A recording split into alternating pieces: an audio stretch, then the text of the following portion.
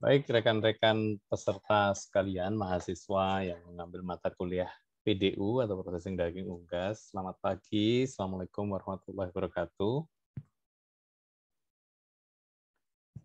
Apakah suara saya terdengar dengan baik di sana?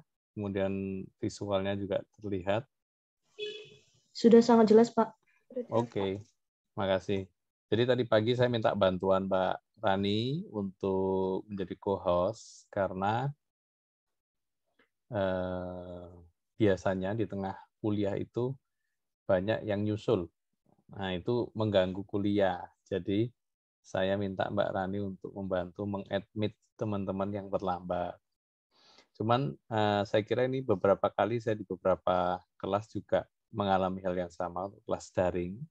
Sehingga kita harus ngambil kesepakatan bersama kalau rekan-rekan yang terlambat lebih dari 15 menit, saya kira dibiarkan di waiting room atau tidak diberikan akses kecuali punya alasan yang krusial.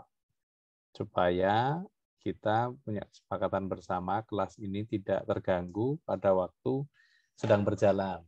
Jadi rekan-rekan yang terlambat tidak diperbolehkan masuk kelas secara daring. Nah, ini sebenarnya kalau menurut saya sih sudah sangat ringan ya, karena online itu kan tidak seperti kelas luring. Jadi mosok 15 menit aja sampai terlambat menurut saya kebangetan.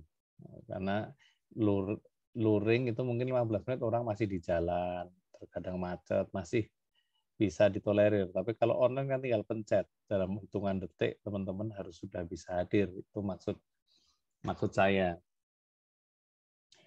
Kemudian itu akan berlaku untuk kelas yang selanjutnya, sehingga teman-teman silahkan nanti untuk yang terlambat tidak diperbolehkan masuk kelas.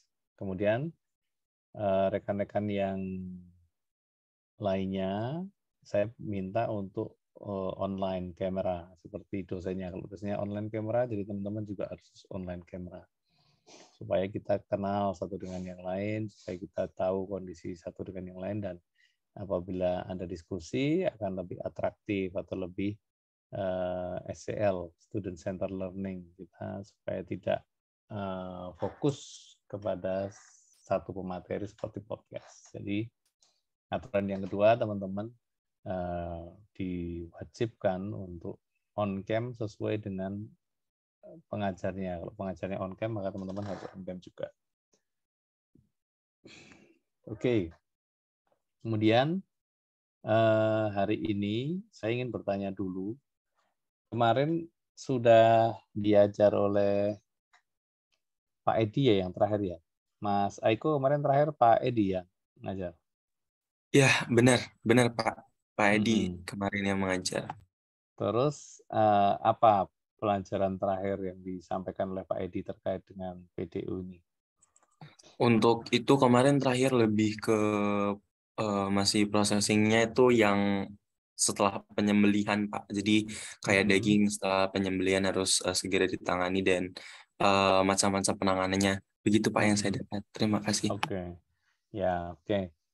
Masih Hamda, kemarin apa yang diingat di kuliah terakhir dari Pak Edi?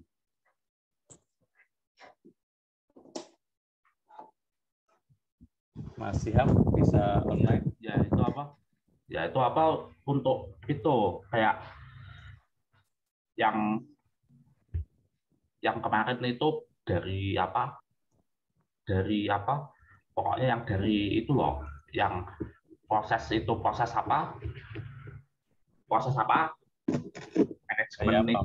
manajemen itu kayak daging di perusahaan tuh yang kayak apa, pas habis dipotong terus kemudian dialiri air dingin, terus kemudian sebelum disimpan, terus habis itu kayak freezer kayak gitu untuk cold storage gitu. Oke, artinya masih ingat dengan metode yang sebelumnya ya. Oke, Erna, apa yang terakhir kemarin diingat dari kuliah yang terakhir? Iya, sama Pak. Proses pasca penanganan pemotongan, penanganan daging pasca pemotongan gitu Pak. Terus kemudian kemarin kuis juga. Oke, sempat disinggung nggak terkait dengan inspeksi atau bagaimana mengetahui daging yang baik dan tidak, kemudian kaitannya dengan halal slaughtering. Sudah pernah dibahas Pak Edi belum? Untuk kaitannya dengan halal slaughtering kemarin sempat disinggung Pak. Oke, ya. 400, Solihah, kemarin di benak kamu yang terakhir terkait dengan penyembelihan halal, apa yang kamu ingat? Terakhir dengan Pak Edi atau di praktiknya Pak? Boleh, praktikum boleh, Pak Edi boleh, tapi yang saya ingin tahu terkait dengan penyembelihan halal, apakah juga sudah disinggung? Sudah disinggung Pak terkait metode halal, yaitu dengan membaca basmalah, kemudian takbir, kemudian ada beberapa cara dengan harus menajamkan pisaunya juga, kemudian ada persyaratan orang yang menyembelihnya juga harus balik berakal, itu Pak. Ya, oke, terima kasih, Maratus. Saya kira sebenarnya penyembelihan halal itu secara kurikulum itu tidak masuk di kurikulum atau RPKPS-nya, rancangan pembelajaran dari Persing dan UGAS. Jadi, tetapi kita menyisipkan itu karena ada kebutuhan di lapangan saat ini terkait dengan keilmuan halal tersebut. Karena sebagai contoh kemarin saya baru dari Malaysia untuk menghadiri workshop penyembelihan halal bersama negara ASEAN lainnya. Nah, ini menjadi krusial karena ternyata seperti ini. Halal ini bukan lagi kebutuhannya orang Muslim saja, tetapi menjadi kebutuhan untuk seluruh konsumen. Nah, karena halal ini konsepnya sebenarnya adalah halal dan thayyib, yang poinnya adalah untuk memastikan produk atau daging yang dihasilkan dari penyembelihan halal itu memang sesuai dan berkualitas.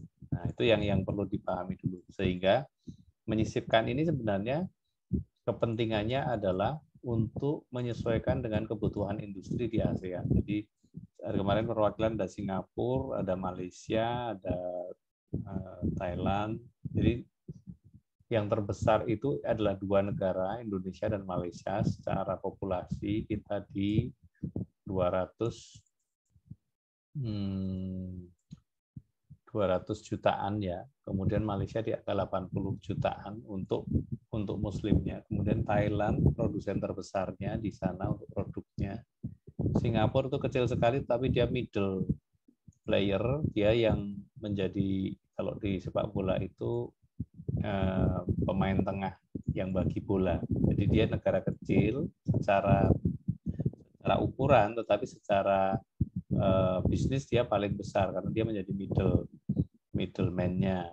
Nah, yang lain semuanya juga ada dari Thailand, dari Myanmar juga. Nah, kebutuhan dari workshop itu ternyata ada kebutuhan untuk sertifikasi atau standarisasi penyembelihan halal.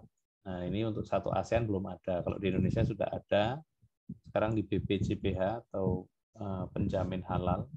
Kalau dulu lewatnya LPPOM, MUI, kalau sekarang sudah BPJPH, dikelola oleh negara langsung.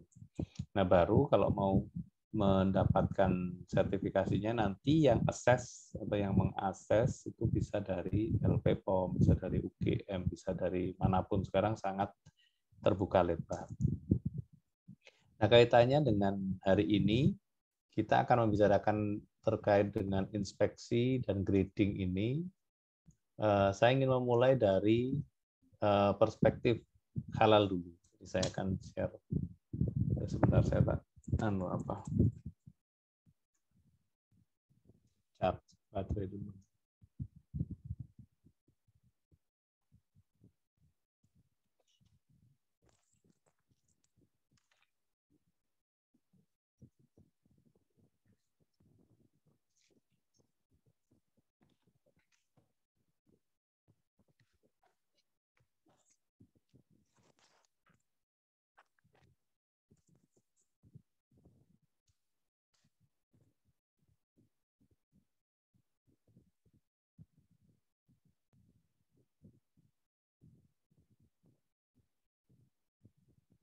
Oke, sudah terlihat ya, teman-teman ya?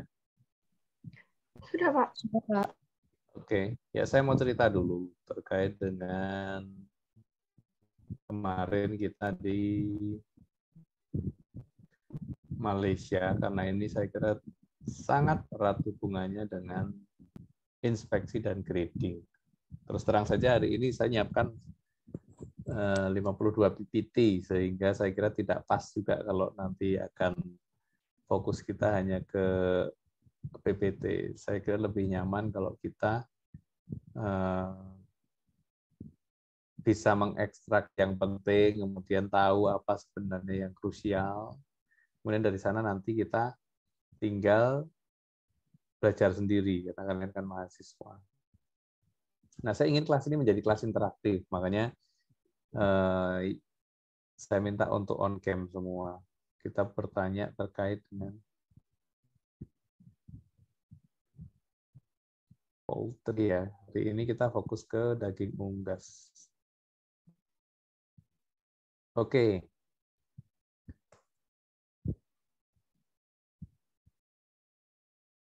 Yang lain belum pada on cam. Tak tunjuk aja kalau nggak on cam. Yang tidak on cam akan saya tunjuk.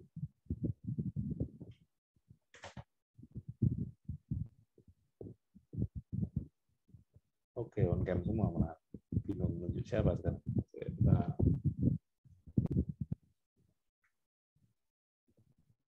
Sebenarnya kelas daring itu kan enak ya. Teman-teman nggak perlu mandi, nggak perlu dandan, gitu. Yang penting kameranya bagus, gitu kan, nolong banget. Oke, saya pengen Oni Dwi Sundari ada.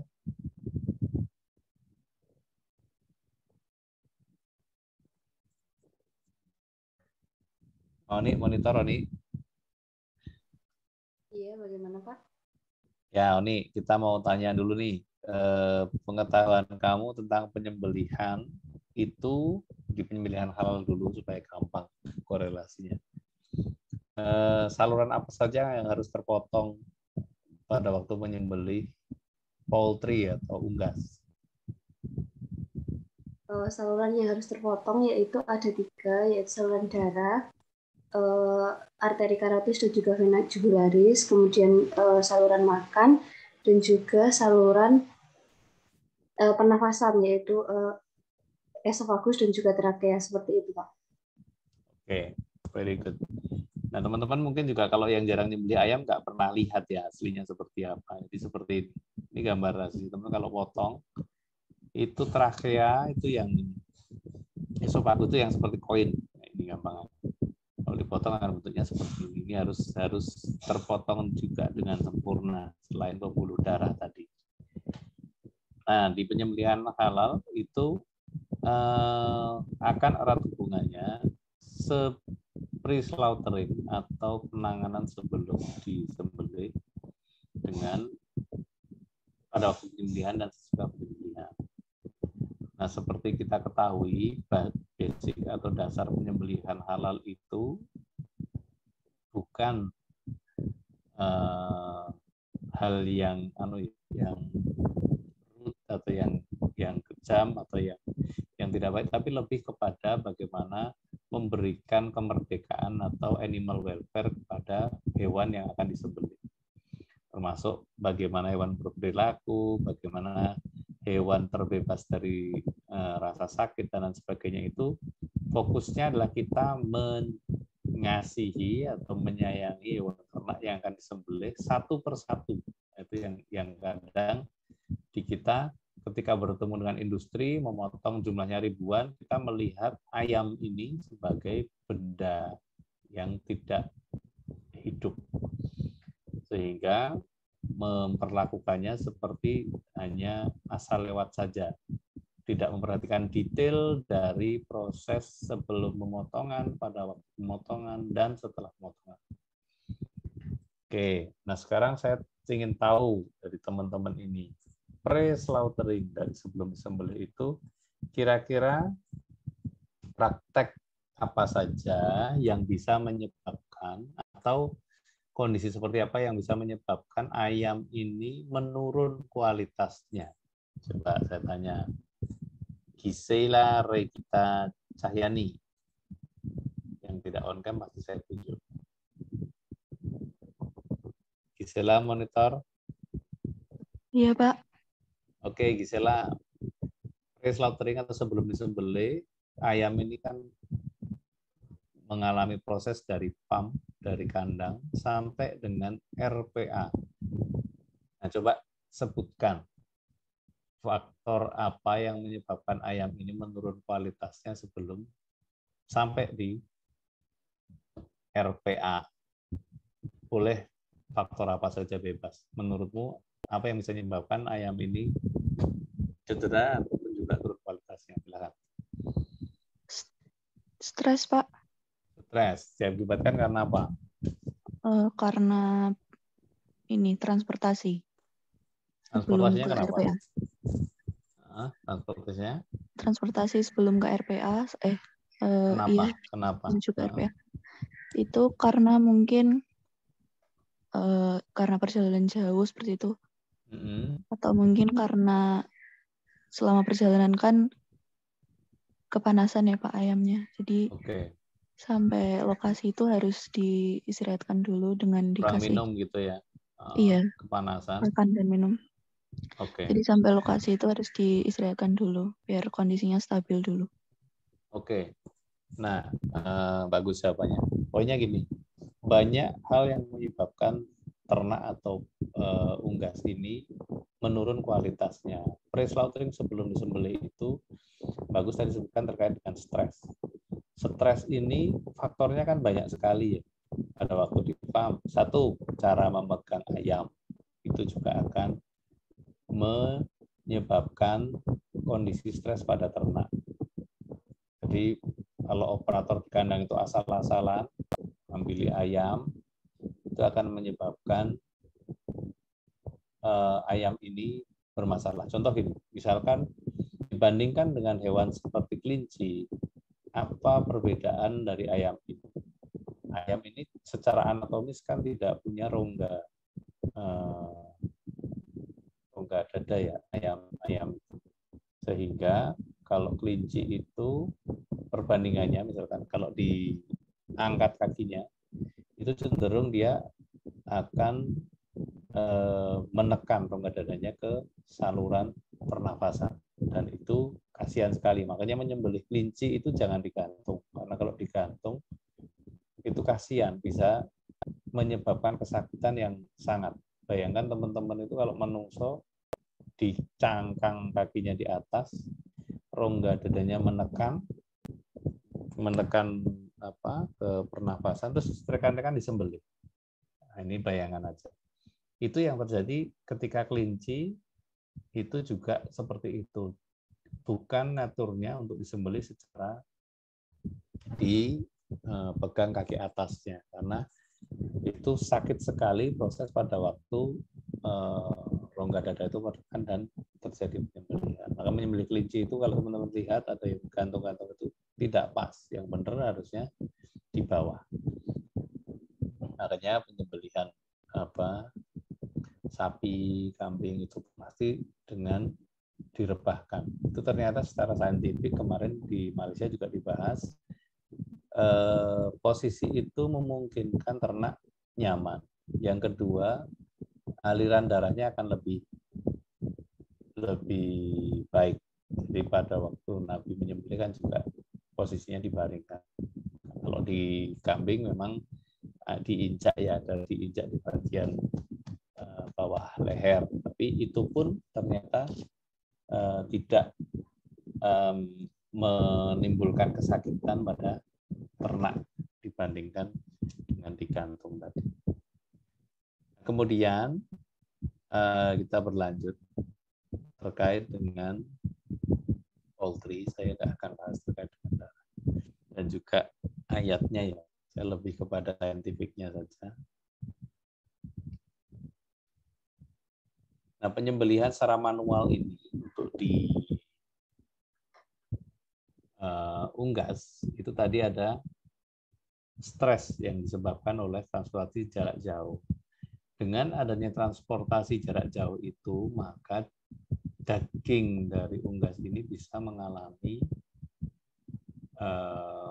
terutama daging merah ya, kalau daging putih sih tidak begitu mudah mengalami yang namanya DFD maupun PSA, tetapi juga sama saja, stres itu poinnya akan meningkatkan kortisol hormon, dan itu juga akan berakibat kepada kualitas daging. Contoh misalkan stres yang lama dari transportasi yang misalkan 6 jam, 12 jam itu akan menyebabkan daging menjadi kering, kemudian pH-nya tinggi, dan juga dia airnya sedikit. Jadi DIA-nya kalau dites itu menjadi rendah, kemudian warnanya menjadi kehitam-hitaman, serta pasti berakibat kepada sensorinya, rasanya menjadi tidak enak atau bantat. Nah, itu akibat stres yang dalam waktu yang lama. Nah, apabila sudah sampai di RPH, kemudian ternak mengalami stres yang dalam waktu yang singkat, misalkan ayam ini istilah Jawa apa ya, dibletik itu dikejar-kejar atau dia diperlakukan dengan tidak baik, maka dia akan mengalami yang namanya PSE atau pale, soft, and exudative. Jadi dagingnya akan menjadi pale atau menjadi warnanya itu kemerahannya hilang, pudar. Kemudian dia menjadi berair, yang ini dikarenakan daya ikat airnya menurun sehingga air itu cenderung keluar, dan pH-nya dia menjadi rendah. Nah, ini juga sama jeleknya untuk daging ini. Daging ini efek dari kedua stres tadi itu akan menyebabkan daging kualitasnya menurun, tidak bisa disimpan dalam waktu yang lama.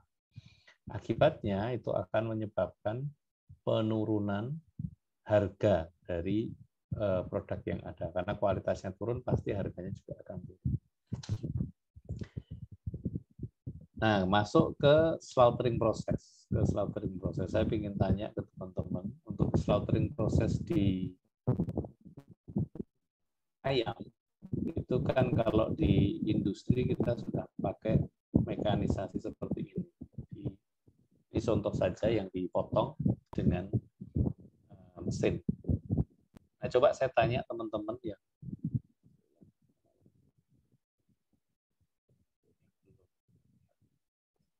Praktek apa saja yang bisa menurunkan kualitas daging ayam ini pada waktu di RPA dulu?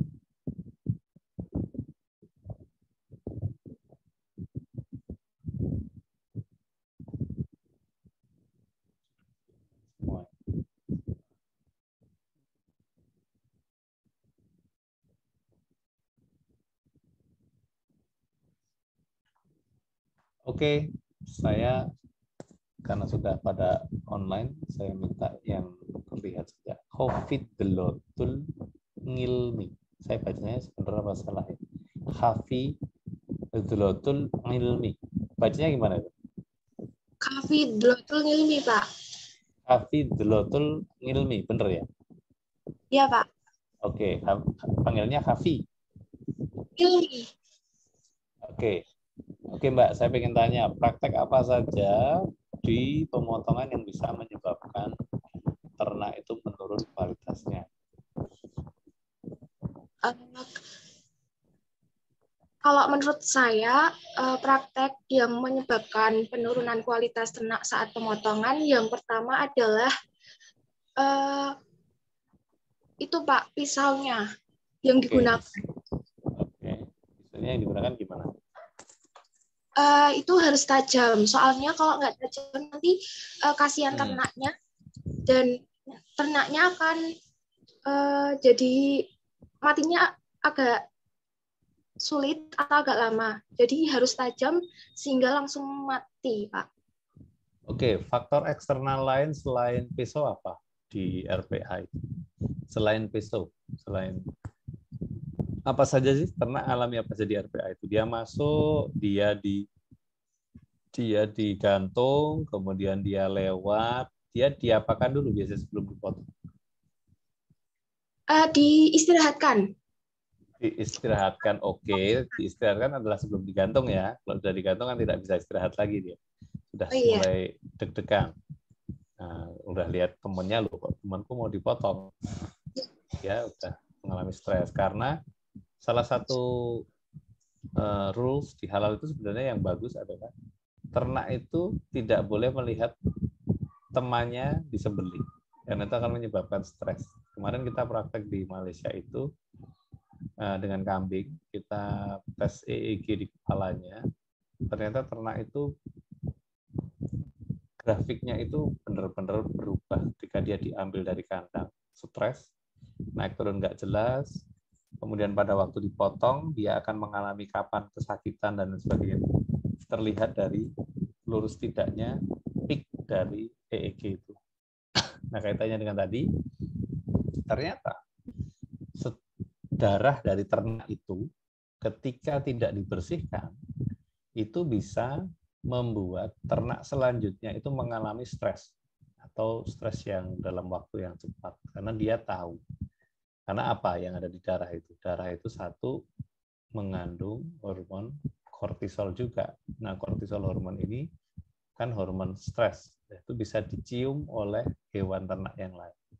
Ketika mereka tahu ada bekas darah di sana, maka dia cenderung menjadi liar.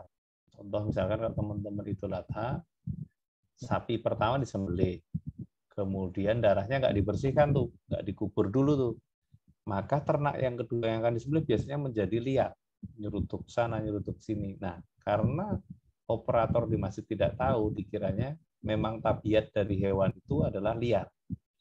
Padahal ternak itu mengalami stres karena dia tahu ternak sebelumnya itu disembelih.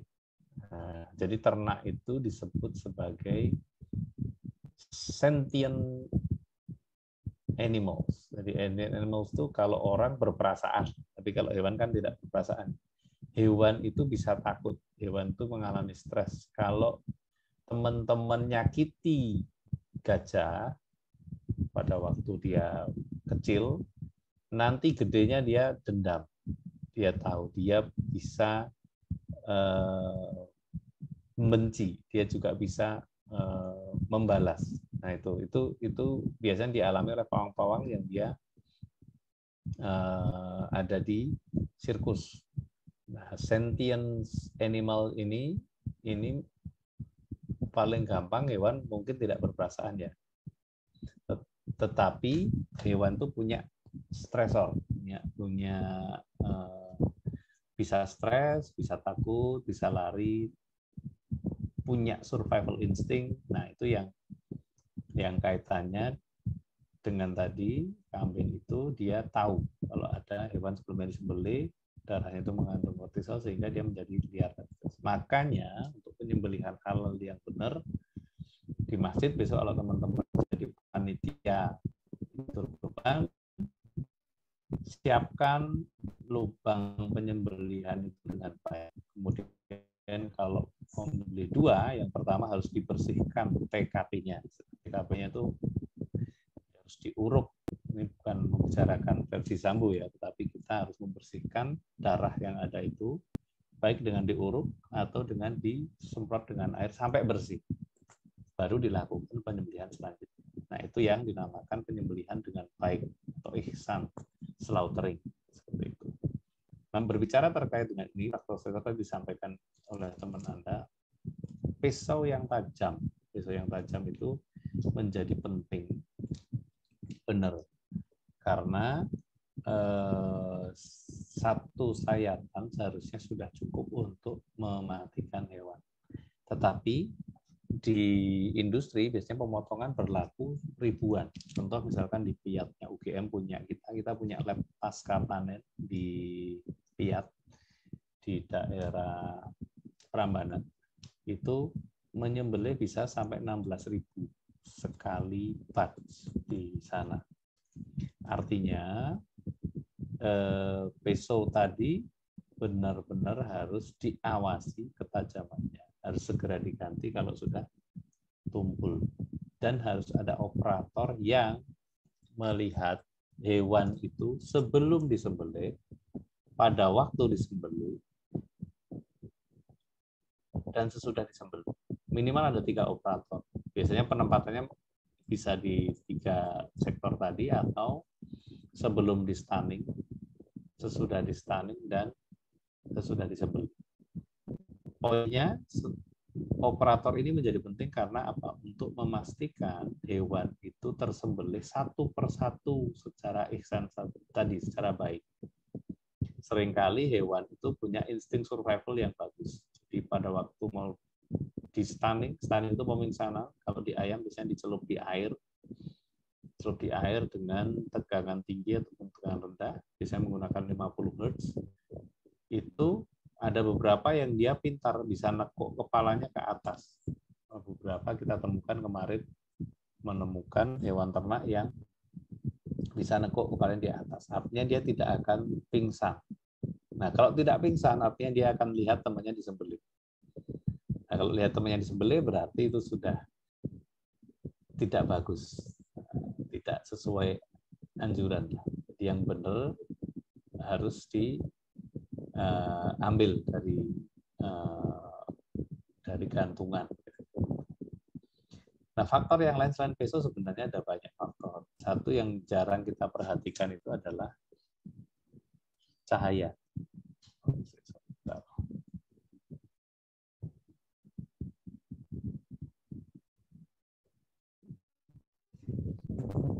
Nah, biasanya kan pemotongan dengan cone seperti ini. Ini untuk memastikan satu persatu hewan itu terpotong dengan baik.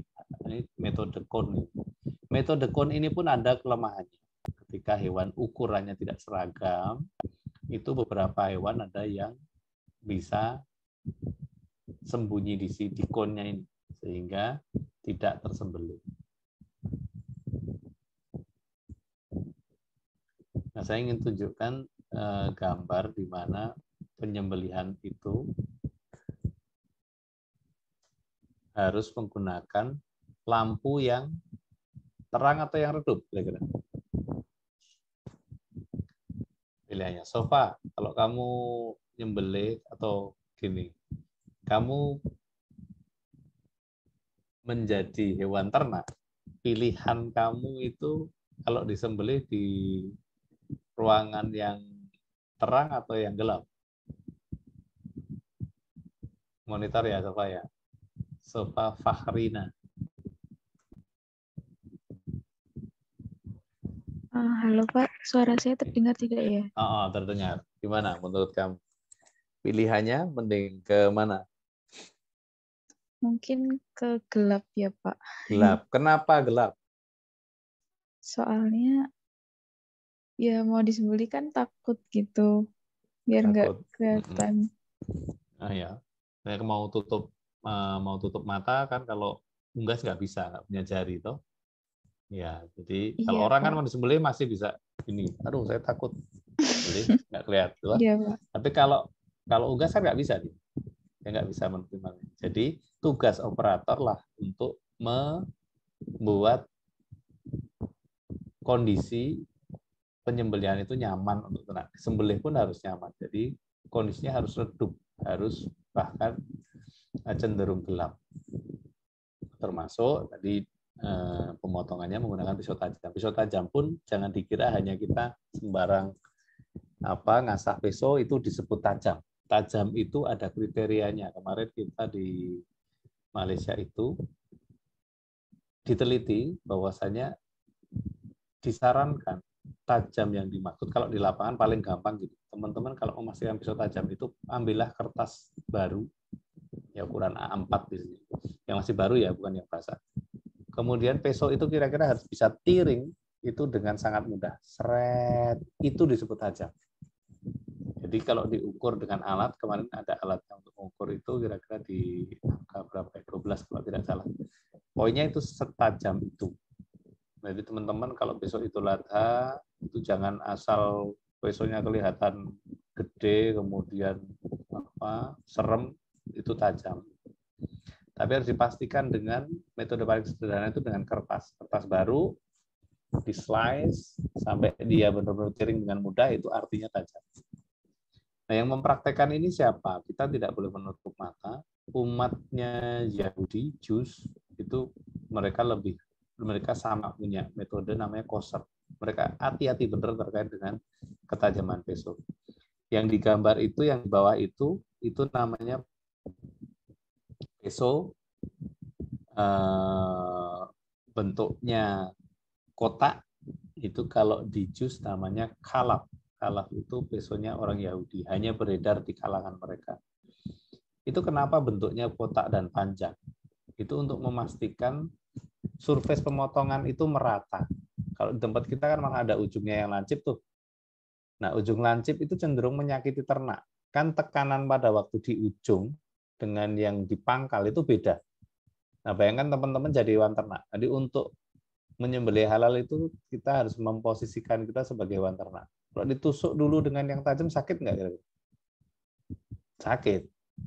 Beda dengan kalau kena silet. Nah, silet itu kan kotak panjang, dia tajam, sehingga tiringnya dia lebih merata, tidak ada ujungnya, dan ini panjang sekali. Nah, ini kalau di jus namanya halal. Kemarin saya berkesempatan pegang pesonya, itu memang tajam sekali ya. Bentuknya kotak dan panjang. Tujuannya memperlama kontak peso itu dengan leher. Yang kedua, memastikan itu sekali slice itu langsung bisa memotong 3 saluran yang ada. Itu ilmu juga yang harus teman-teman ketahui. Jadi kalau kita kan seperti ini nih, pesonya nih, tajam sekali ini namanya. Kalau yang mereknya Victorinox, ini yang umum digunakan di kita, harganya mahal, sekitar 900.000. Itu bagus kalau teman-teman besok mau good deed, buat perbuatan baik di itulah, kan nyumbanglah peso Victorinox ke penyembelih di masjid. Itu akan membantu mengurangi kesakitan ternak karena dia tajam juga. Jadi peso itu, ini bukan promosi ya, nanti saya dikira jadi ambasadornya Victorinox. Di Malaysia kemarin yang diakui tajam itu merek Victorinox ini memang. Jadi kalau ngasah sendiri itu kadang tidak begitu sempurna. Nah, ini yang di bawah ini halal pesonya orang Yahudi. Nah, Yahudi biasanya memotong dengan peso halal ini dengan dicekking beberapa kali. Ceknya manual, pakai jempol gitu, untuk memastikan benar-benar tajam. Ini jadi harus dicoba seperti ini. Ngasahnya pun harus dengan benar. Ngasah peso itu jangan bolak-balik belakangnya, tapi ke depan, satu arah, supaya dia benar-benar tajam. Kalau bolak-balik malah cenderung ya biasanya tumpul. Nah, itu juga ilmu supaya teman-teman besok kalau jadi penyembelih di masjid itu lebih mengurangi kesakitan ternak. Poinnya itu kita harus sayang ternaknya, bukan bagaimana kita terlihat kuat menangani ternak, membanting ternak, dan lain sebagainya. Itu terkadang di tempat kita prakteknya salah. Jagal itu belum begitu paham. Ternak itu butuh diminimalkan stresnya, termasuk menjatuhkan ternak. Sekarang saya lihat sudah banyak berkembang di masjid, sudah tidak pakai tali, mereka sudah pakai kandang jepit ya, sederhana, meskipun sederhana, tapi itu saya kira bagus sekali, membantu ternak untuk tidak cedera, karena istilah menjatuhkan ternak dengan tidak benar itu pun menyebabkan stres, dan yang kedua menyebabkan cedera pada produk dagingnya. Jadi Pak MD, ya, izin konfirmasi kalau Rani Sandi keluar dari Meet, Pak, minta tolong untuk di ACC kembali. Oke. Ke hostnya malah keluar. Makasih, Pak. Ya, oke. Nah, ini alatnya untuk mengukur ketajaman peso. Jadi sekarang ini penyembelihan halal sudah sangat banyak penelitian secara akademis maksud saya, sehingga ini menjadi praktek yang perlu diperhatikan, karena halal ini sebenarnya lebih bagus bahkan dari praktek yang ada sekarang secara standar. Kita umumnya pakai praktek-praktek HACCP dan lain sebagainya, tapi halal ini lebih fokus untuk mengurangi kesakitan dan juga dia menyayangi ternak. Ini banyak sekali jurnal yang sudah membahas hal tersebut. Nah, oke, kita masuk ke inspeksi ternak karena waktu kita nggak banyak. Saya nanti akan tampilkan video yang akan paling tidak memberitahu teman-teman bagaimana mengklasifikasikan karkas dari ayam atau karkas dari unggas ini menjadi klasifikasi A atau B atau C, sehingga standar yang ada itu nanti bisa diketahui konsumen. Contoh misalkan banyak sekali di RPA itu praktek tadi yang tidak baik menyebabkan bruise atau memar pada sayap. Contoh-contoh yang lain bahkan tulang sampai keluar seperti ini, dislocation, gambar di tengah ini nanti itu akan kita lihat akan menyebabkan kualitas dari daging itu menurun menjadi B maupun C. Kualitas A adalah kualitas yang dijual di pasaran, dijual di market di negara-negara maju termasuk USDA, itu menggunakan klasifikasi A untuk dijual. Nah, ini contoh survival dari hewan ternak. Ini entok, ini kepalanya bisa ditekuk pada waktu mau di stunning. Ini stunning but kalau untuk ternak kan kepalanya dicelup, kemudian dia akan tersetrum, kemudian pingsan harapannya. Tetapi hewan itu cerdas, dia punya kecerdasan, dia bisa survival seperti ini. Nah, ini kasihan, hewan ini pasti stres. Makanya perlu ditemukan dengan baik metode yang benar-benar pas, apakah dengan kon tadi. Sehingga kalau kon kan dia susah naik ke atas lagi, pasti ke strom itu lebih bagus daripada yang seperti ini, yang benar-benar hanya lewat, kemudian kepalanya bisa nekuk ke atas. Nah, saya ada pertanyaan sedikit untuk mahasiswa yang ada di sini terkait dengan praktek di RPA. Oke. Ini supaya teman-teman juga aware. Dismas Ajirinardi, monitor. Ya, Pak. Oke, Dismas, pertanyaan sederhana nih. Kamu punya 1000 unggas, kamu pengen stunning, pingsankan. Stunning kan seperti ini dia, ada air, ada aliran listrik, hewan dilewatkan. Pertanyaannya, hewan yang pertama dengan hewan yang terakhir tadi, kira-kira menerima stromnya akan sama atau beda? Ini kita diskusi saja. Menurut saya sama, Pak. Sama ya. Kenapa sama? Karena kan air itu penghantar listrik yang baik. Jadi menurut saya voltasenya itu tuh di setiap bagian air, baik itu pertama maupun terakhir itu sama, Pak. Oke. Kalau keruh tidaknya air dari hewan pertama, istilahnya kamu renang pertama, biasanya kalau orang renang itu milih pagi hari ya, karena masih bersih. Nah, kalau sudah sore orang kan nggak mau tuh, karena udah butek. Nah, ada yang pipis sembarangan, ada yang nggak mandi langsung nyebur di situ. Nah, kira-kira pilih yang mana kalau Mas Dismas ini suruh milih renang? Pagi hari atau sore hari? Kalau dari saya pagi, Pak, karena masih bersih ya. Masih bersih ya. Nah, sama, ayam juga seperti itu. Ternak atau ayam yang pertama masuk di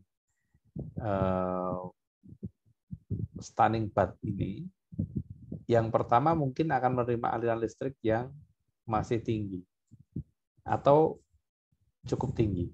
Tetapi hewan paling akhir, dia akan menerima air yang sudah butek, yang sudah kotor. Apalagi ayam. Ayam kan nggak pernah mandi. dilewati 1000 ayam, kira-kira airnya akan menjadi kotor. Nah, kotor itu banyak solid di sana, banyak solid, baik kotoran, baik bulu dan lain sebagainya.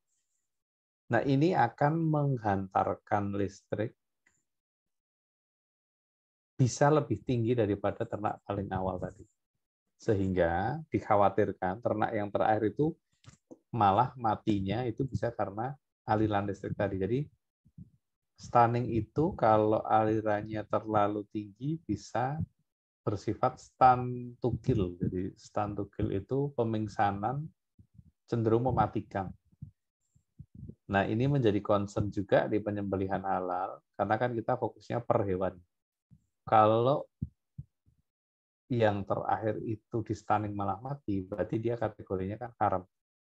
Nah, sehingga untuk menangani hal ini, kalau teman-teman besok bekerja di RPA, itu harus ada penggantian air.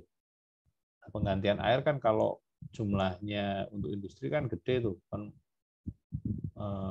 susah diambil ya. Maka caranya adalah dengan mengalirkan air. Jadi minimal air ini tidak akan begitu berbeda dari awal sampai akhir stunning tadi. Itu caranya. Nah, ini contoh beberapa hewan yang di stunning bisa juga sampai mati. Dan biasanya menggunakan stunning kan seperti dicek dulu nih berapa hertz, ini pakai 50 hertz. Nah, ini contoh stunning yang lain, stunning dengan gas. Kalau stunning dengan gas, artinya semua hewan dimasukkan dalam satu chamber, kasih gas CO2 yang tinggi, kalau di sini CO2-nya 61% ya, akan bersifat racun CO2, maka hewan-hewan ini akan pingsan.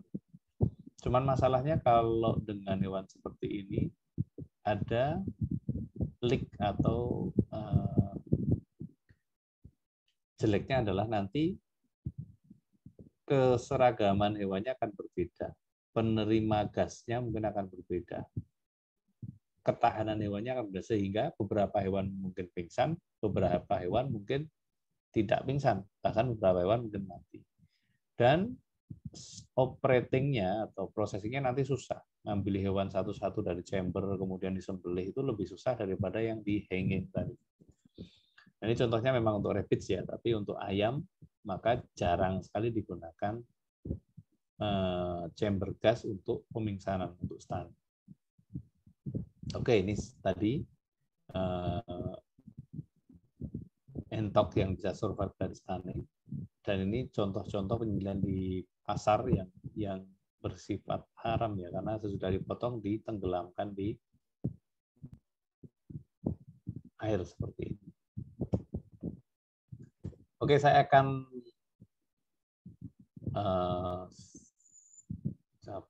tayangkan video terkait bagaimana kita mengklasifikasikan daging dari hasil penyembelihan di RPA ini menjadi kelas A, B, dan C.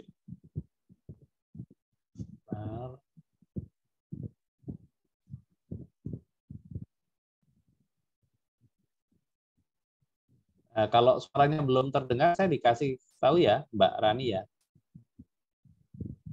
Siapa?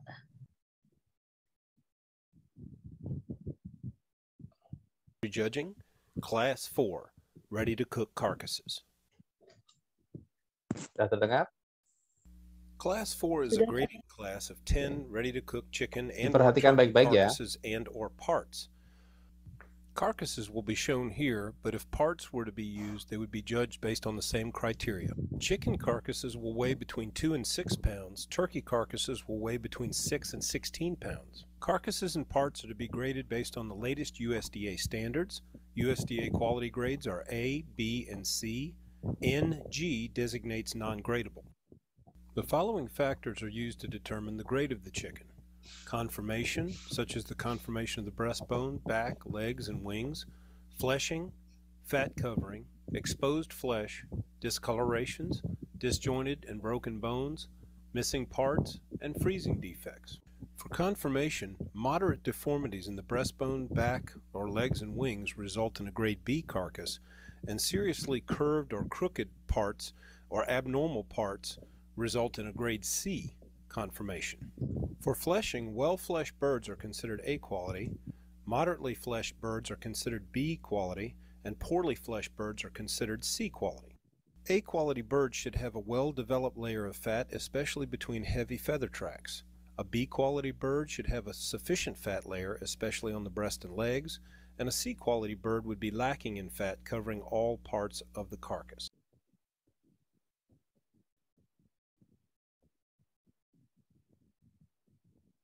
The first carcass we will look at is a grade A carcass. The rules say that this carcass should have no cuts or tears on the skin greater than 1/4 inch in length on the breasts or legs, and should have no evidence of broken bones or more than one disjoint. The student should rotate the chicken in the shackle and carefully examine it for defects. The amount of exposed flesh allowed depends on the weight of the carcass. For a carcass that weighs between 2 and 6 pounds, as you see here, on the breast and legs, 1/4 inch is the maximum allowed in order for the carcass to be a grade A. Elsewhere it can be 1 1/2 inches. For a 6 to 16 pound carcass, 1/2 inch of exposed flesh may be allowed on the breast and legs, and 2 inches elsewhere to be considered a grade A. This is an evisceration cut and is perfectly acceptable on a grade A carcass. While the student is not allowed to touch the carcass during a contest, they should thoroughly inspect the wings for any evidence of a defect.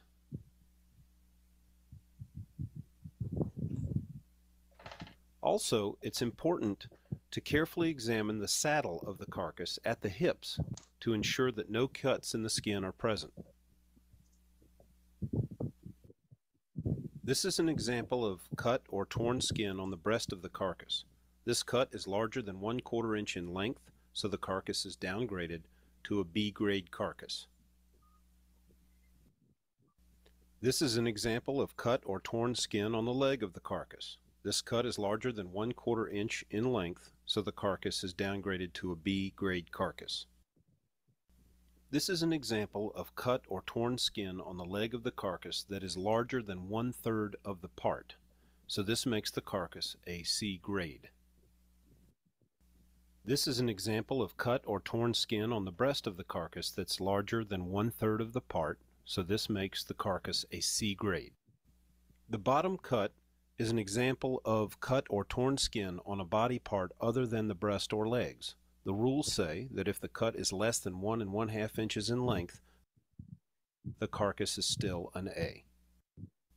The top cut on the back of this carcass is greater than 1 1/2 inches as shown by the ruler on the right.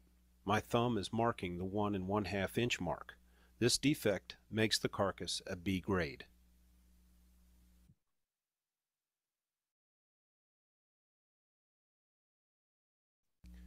For discolorations for a bird between 2 and 6 pounds, the discoloration must be between 1 and 2 inches in size for an A grade carcass, 2 and 3 inches in size for a B grade carcass, and no limit for a C grade carcass. For a 6 to 16 pound bird, the discolorations that are between 1 1/2 inches and 2 1/2 inches are A grade carcass.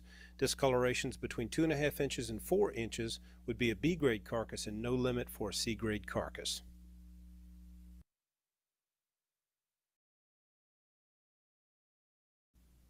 A grade A carcass may have the wing tips or flippers removed, and the tail may be removed even with the body of the carcass. On this carcass, we will look at disjoints. The rules say that a carcass may have one disjoint and still remain a grade A carcass. Just as with broken, non-protruding bones, it is important for students to carefully examine the area around the disjoint to see whether there is skin covering the disjointed bone. As the contest wears on, this skin may become transparent and appear as though the bone is protruding out of the skin.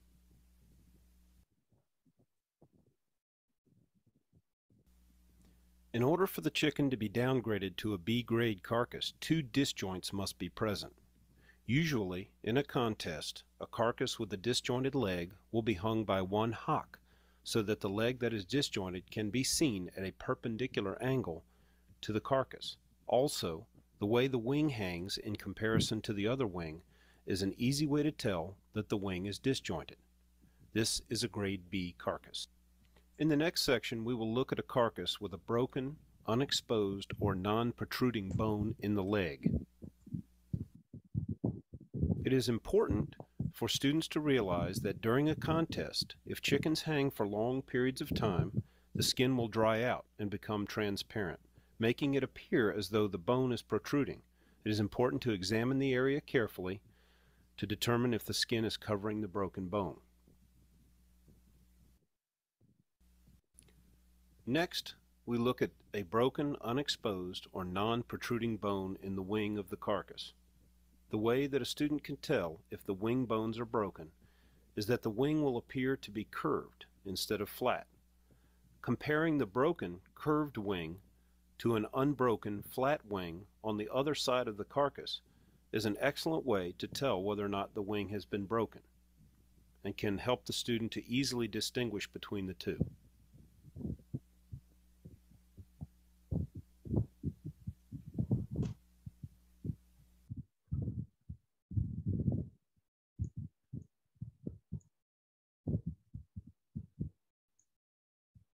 This is an example of a broken and exposed or protruding bone on the leg of the carcass.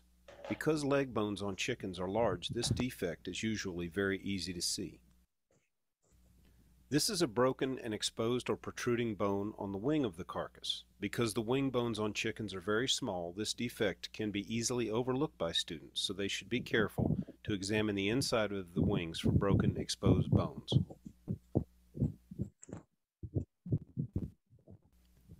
What if the carcass has one disjoint and one broken, non-protruding bone? It is downgraded to a grade B carcass as shown here.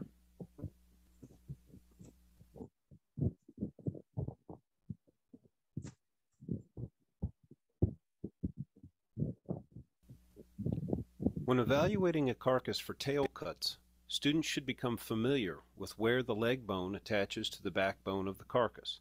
This is called the hip joint and can be felt by probing the back of the carcass. This is the reference point to use when determining grade on carcasses with back cuts. My thumb is marking the location of the hip joint in this instance. Another way to determine where the hip joint is to look for the oyster muscles. These are the two bumps on either side of the spine. The hip joint is located just beyond those bumps toward the tail.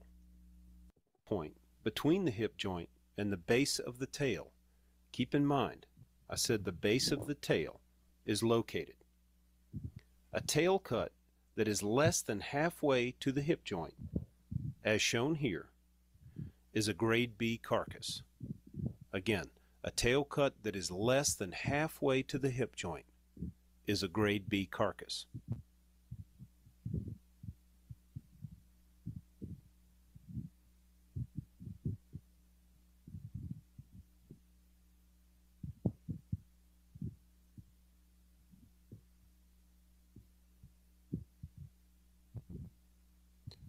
Now for a grade C carcass, the tail cut must extend between halfway to the hip joint and beyond. The cut that I make here on this carcass extends all the way to the hip joint. This is a grade C carcass.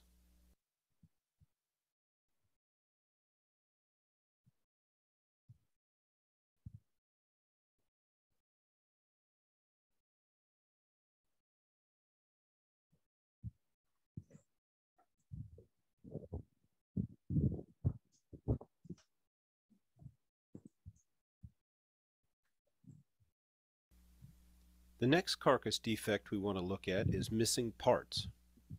For wings, if half of the wing is removed, this part is also known as the wing flat. Then the carcass is downgraded to a B grade carcass.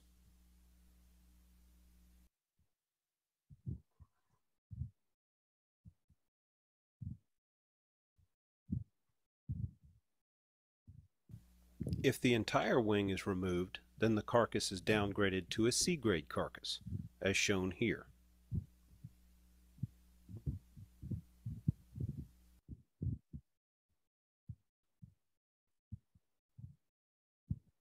Although not mentioned in your manual, trim is used as a criterion for USDA grading. If the part has been trimmed to the thickness of about a nickel or 1/8 inch or less, then it's a B grade carcass. If the flesh of the breast or leg has been trimmed to a thickness of more than 1/8 inch or the thickness of a nickel, then the carcass is a C grade.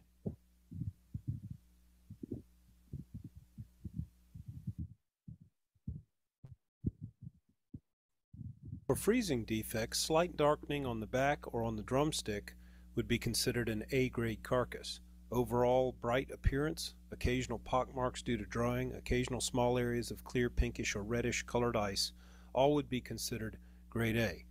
For grade B carcasses, they may lack brightness, few pockmarks due to drying, they may have moderate areas showing layer of clear pinkish or reddish colored ice, and for a grade C carcass, numerous pockmarks and large dried areas. Oke. Ya, jadi teman-teman tadi kalau yang senang bahasa Inggris mungkin cepet ya belajar lihatnya tadi. Kalau yang nggak suka iki apa sih Pak dilihatin ayam diputer-puter jelas itu. Jadi tapi memang namanya inspeksi itu kita harus dealing dengan seperti itu. Kita bagaimana menginspek karkas. Jadi ya harus pegang ayamnya benar, terus kita putar-putar. Memang butuh praktek. Makanya hari ini saya carikan video yang paling terkait ya dengan USDA. Karena kalau saya kasihkan PPT, saya kok yakin teman-teman lebih bingung lagi. Nah, PPT saya ada juga yang 52 itu detailnya nanti bisa dilihat. Coba kita satu-satu lihat dari sini. Tanpa soft, saya coba jelaskan. Class of 10 ready-to-cook chicken and or turkey carcasses and or parts. Oke, jadi terlihat ya teman-teman ya. Suara saya kedengaran nggak? Terdengar, Pak. Oke. Nah, ini contoh karkas saja, gampangannya gini. Kalau kita mau inspek menentukan A, B, C, ya kita harus lihat karkas utuh. Kita lihat dari konformasinya, dari perdagingannya, flashing, lemaknya bagaimana, terutama discoloration, perubahan warna, karena kalau dia freeze burn, ya warnanya akan berubah. Kalau dia stres seperti tadi, kena stres secara akut maupun secara kronis, dia juga akan berubah warna. Ada nggak yang patah dari bagian tulangnya, dari wings atau dari sayap, kemudian dari bagian kaki, ada nggak bagian yang hilang, kemudian ada nggak efek dari frozen yang ada, itu harus diperhatikan. Makanya fungsi inspektur di RPA itu sangat terkait dengan kuliah kali ini. Memang kalau di Indonesia biasanya umum juga dipotong bagian wingtips atau ujung dari sayap dengan bagian brutu atau bagian ekornya itu. Tetapi memotongnya pun harus benar-benar pas, karena seperti dilihat di gambar tadi, kalau terlalu dalam mendekati pinggang, dia akan turun menjadi kelas yang lebih bawah, baik B maupun C. Semakin dalam, semakin akan mengurangi kelasnya. Kan kita kalau di RPA ya asal potong pakai pisau, set. Nah, ini menentukan kelasnya. Hati-hati. Kemudian juga tadi ada enggak misalkan bruise atau memar di produk, ada enggak sayatan di kulit. Jadi biasanya itu patokannya sih pakai inci ya. Kalau dia biasanya untuk kelas grade A itu saya bawa penggaris supaya benar-benar lebih mudah dimana.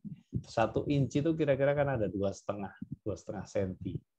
Nah, paling gampang kalau teman-teman jadi inspektur itu kalau menggunakan garisan kan kelamaan. Jadi teman-teman harus cerdas, pakai aja body dari teman-teman, pakai ukuran. Kalau saya bisa pakai ujung dari jari saya. Kan ini kira-kira kalau saya ukur di sini, dia pasti 1 cm. Nah, 1 cm ini sehingga kalau saya jadi inspektur di lapangan, saya nggak perlu bawa penggaris, tinggal saya patokan aja pakai jempol. Tapi teman-teman ukuran jempol lain-lain ya, silahkan diukur sendiri-sendiri, tapi kira-kira itu kita bisa pakai metode seperti itu. Contoh, grade A itu kalau dia tidak lebih dari 0,5 cm masih aman. Artinya kalau dia sobekannya masih 1/2 dari ujung jempol saya ini, berarti dia masih grade A. Tapi kalau dia sudah di atas itu, maka dia akan downgrade ke kelas B atau ke kelas C. Contoh ini yang gambar terlihat ini, bahkan sampai 1/3 dari bagian utuh ayam, dia pasti grade-nya ke C. Nah, termasuk ada nggak bekas tusukan peso kan, itu kita jadi bingung grade-nya apa ini. Nah, itu akan ditentukan dari berapa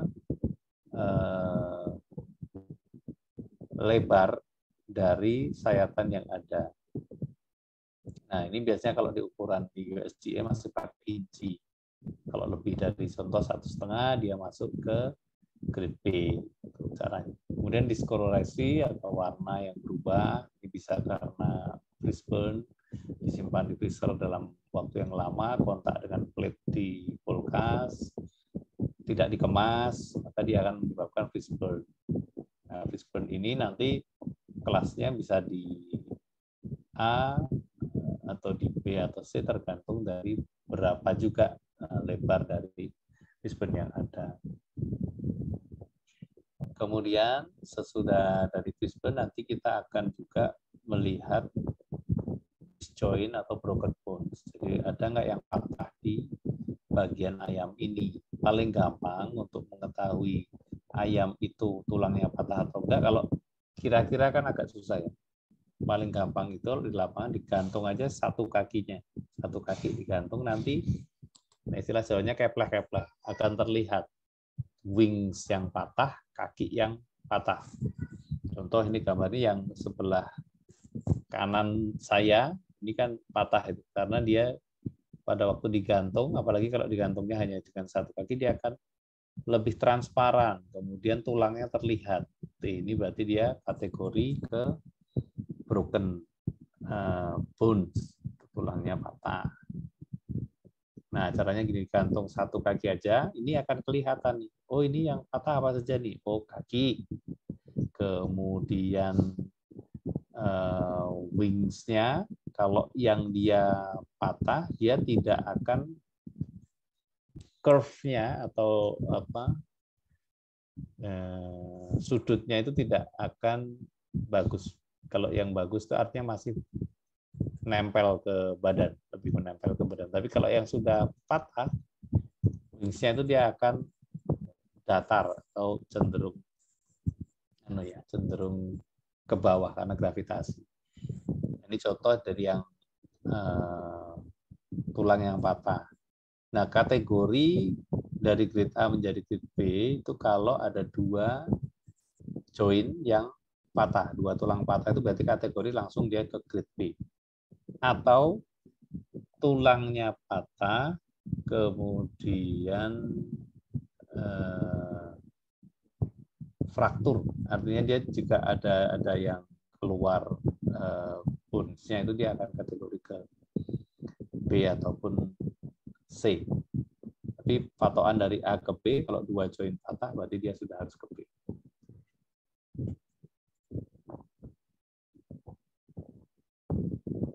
Oke, kita percepat saja. Ini contoh saja di wings itu, kalau dia digantung separuh kakinya, dia akan terlihat seperti ini, keplek.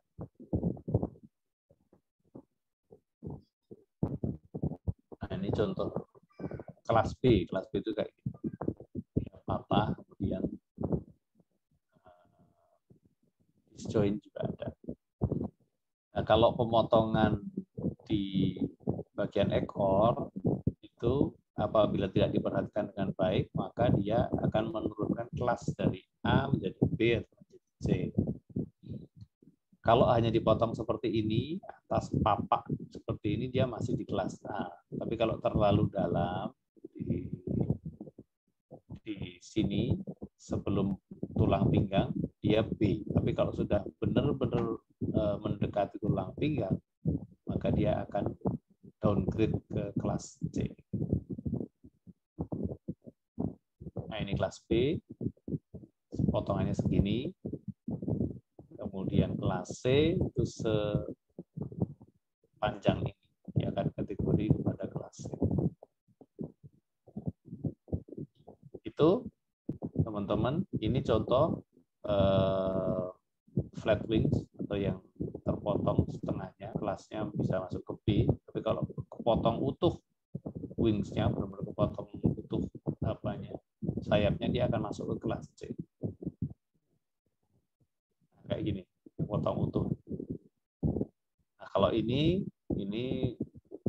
trimming, atau terkadang pesonya operator itu juga nyangkut ke dada. Kalau dia 1/8 inch itu masih di grade A, tapi kalau lebih dari 1/8 inch maka dia akan ke grade B, dan seterusnya.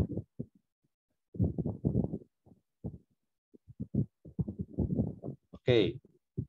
Sampai di sini saya ingin, saya harap suaranya dan video terlihat dengan baik. Teman-teman ada bayangan. Baik dan jelas, Pak. Ada bayangan mengklasifikasikan grade dari karkas ayam. Nah, sekarang saya share nih videonya yang akan dimulai dari awal. Jadi memang sengaja saya langsung menuju ke prakteknya langsung supaya teman-teman ada bayangan nih. Dari PPT sebanyak itu, jadi apa sih intinya? Intinya adalah kita bisa mengklasifikasikan grade dari karkas ayam.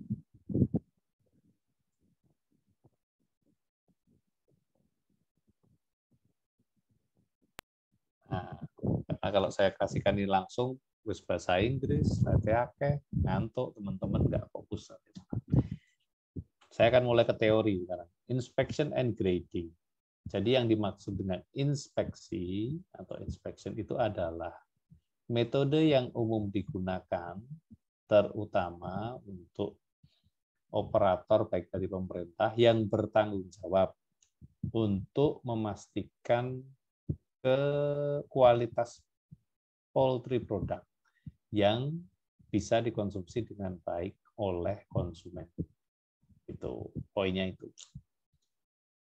Kemudian pelaksanaan inspeksinya itu dilaksanakan baik antemortem sebelum ataupun postmortem sesudah disembelih untuk memastikan kesehatan ternak yang tidak akan menyebabkan efek berbahaya untuk konsumen. Nah, poinnya dari inspeksi itu nanti mengklasifikasikan karkas, baik ABC, ataupun bahkan menolak kondem, tidak menerima karkas yang ada.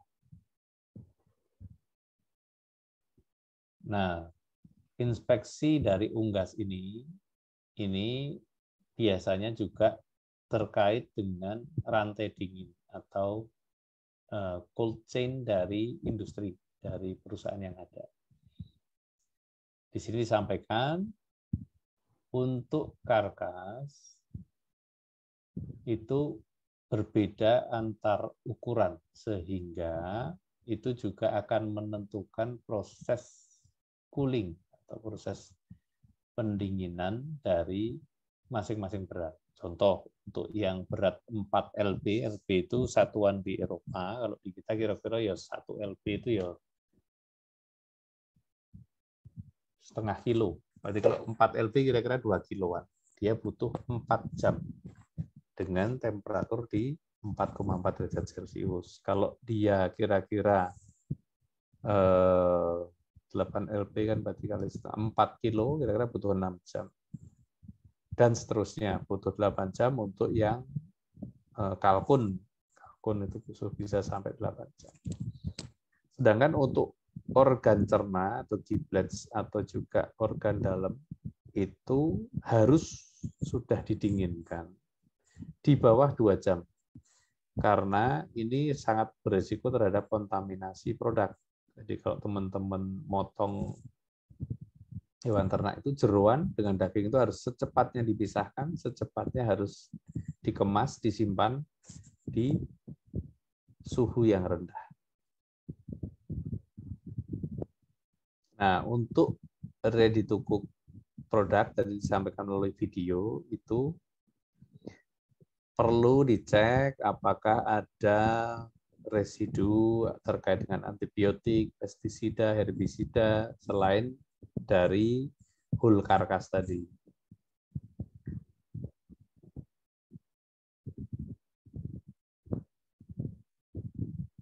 Karena akan banyak juga ditemui di postmortem itu penyakit-penyakit yang akan diderita oleh ternak. Contoh tuberkulosis, avian tuberkulosis. Ini akan saya lihatkan gambarnya satu-satu. Kemudian leukosis. Kemudian tumor, bahkan di ayam itu juga ada bruises atau cedera. Kemudian contamination, kontaminasi dari feses, nah, itu juga sering terlihat. Nah, itu akan menyebabkan kelas dari karkas tadi menurun. Overscalding, scalding berlebihan itu juga akan menurunkan kualitas dari karkas ternak.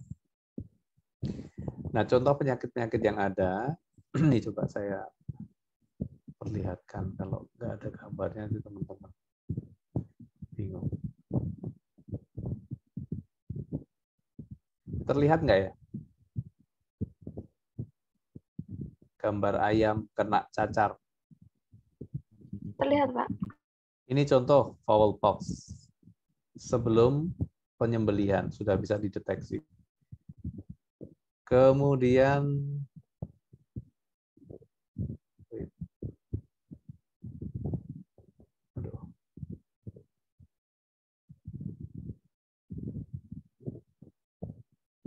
tumor, ini juga bisa dilihat sebelum ternak masuk. Contoh paling gampang di kaki, nah, kayak gini. Terlihat semoga ya. Ini tumor di bagian paha. Ini juga sebelum masuk sudah terlihat. Apakah ini pekerjaannya dokter hewan? Enggak. Peternakan itu kita berbisnis di lini yang paling mudah ya. Kalau ternak sakit, kira-kira kan pilihannya sembelih aja atau dikubur kan gitu. Tapi kalau kita kerja di RPA, kita minimal pengetahuan dasar terkait penyakit juga harus tahu. Contohnya ini ada tumor, kemudian ada limfo.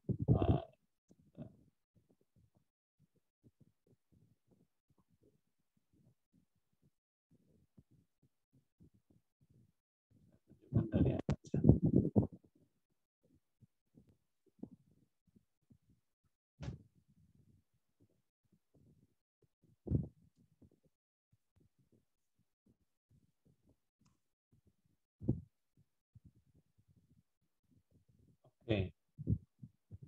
Ini gambar avian TB, tuberkulosis pada ternak. Jadi paru-parunya itu ada bintik-bintik putih seperti ini. Ini bukan terus, wah ini anu Pak, marblingnya bagus. Jangan. Ini beda, ini bukan untuk konsumsi, malah kalau di ayam berbahaya. Kemudian tadi ada fowl pox, ini harus dilihat. Bukan, oh ini ayamnya tarung nih Pak, habis tarung disembelih aja nggak apa-apa, bukan. Harus diperhatikan benar. Ini biasanya tidak hanya satu ayam, dalam satu kandang kena semua. Kemudian ini ya ini sama, ini kayak limfo ya, di bagian limfanya. Kemudian ini bagian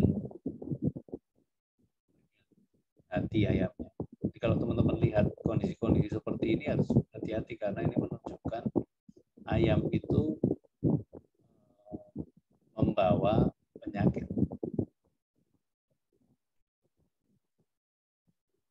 Nah, poinnya abnormalitas dari karkas itu harus diperhatikan benar-benar sehingga teman-teman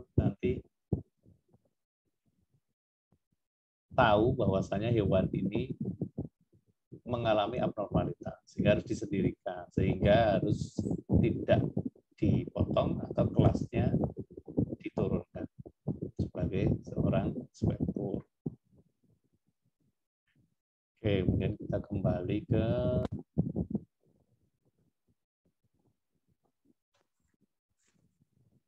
saya kira nanti kalau terkait dengan teman-teman bisa baca, karena kalau menjelaskan satu persatu saya kira lebih mudah dengan gambar ya. Jadi kriteria di reject atau di condemn atau diafirkan itu beberapa kondisi seperti soma, santomatosis, ini juga contoh gambar paling terakhir tadi. Kemudian ada parasites, dia bisa parasite itu ada cacingnya, itu juga bisa menjadi kriteria untuk di reject. Kemudian grading yang kita jelaskan di awal tadi, ini tinggal 5 menit ya. Grading adalah pengklasifikasian atau bagaimana kita mensorting, memilih, memisahkan unggas dari grup berdasarkan kualitasnya. Nah, ready to cook itu siap dimasak.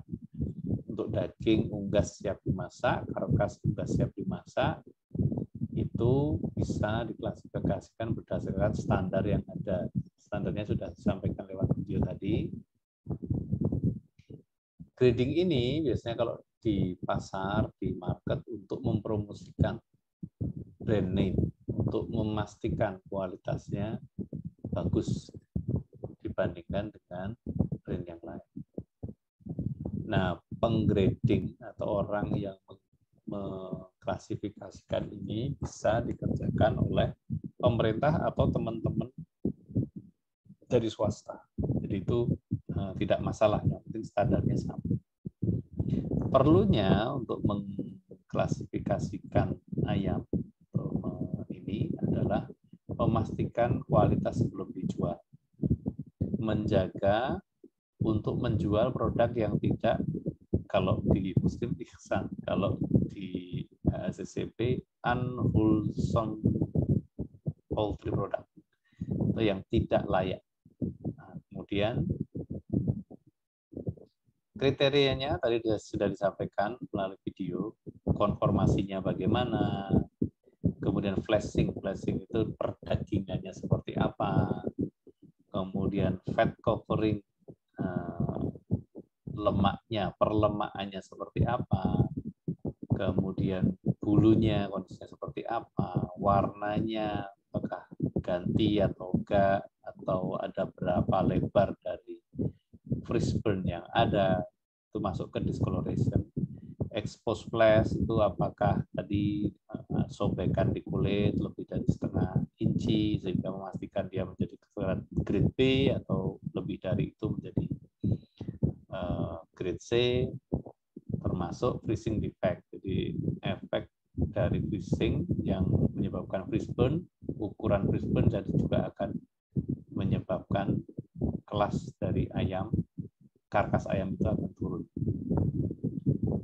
Sehingga akan ditemukan menjadi kelas A, kelas B maupun kelas C. Kelas A itu yang dijual di toko atau di warung atau di store atau di market.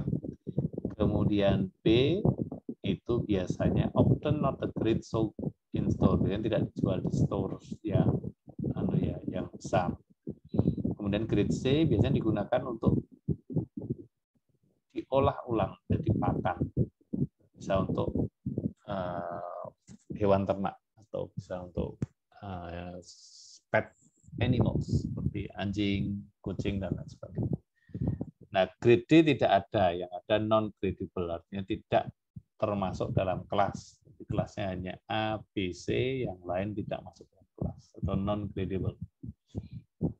Grade A nanti lebih mudah mempelajari lewat video daripada tulisannya, saya kira. Grade B, grade C,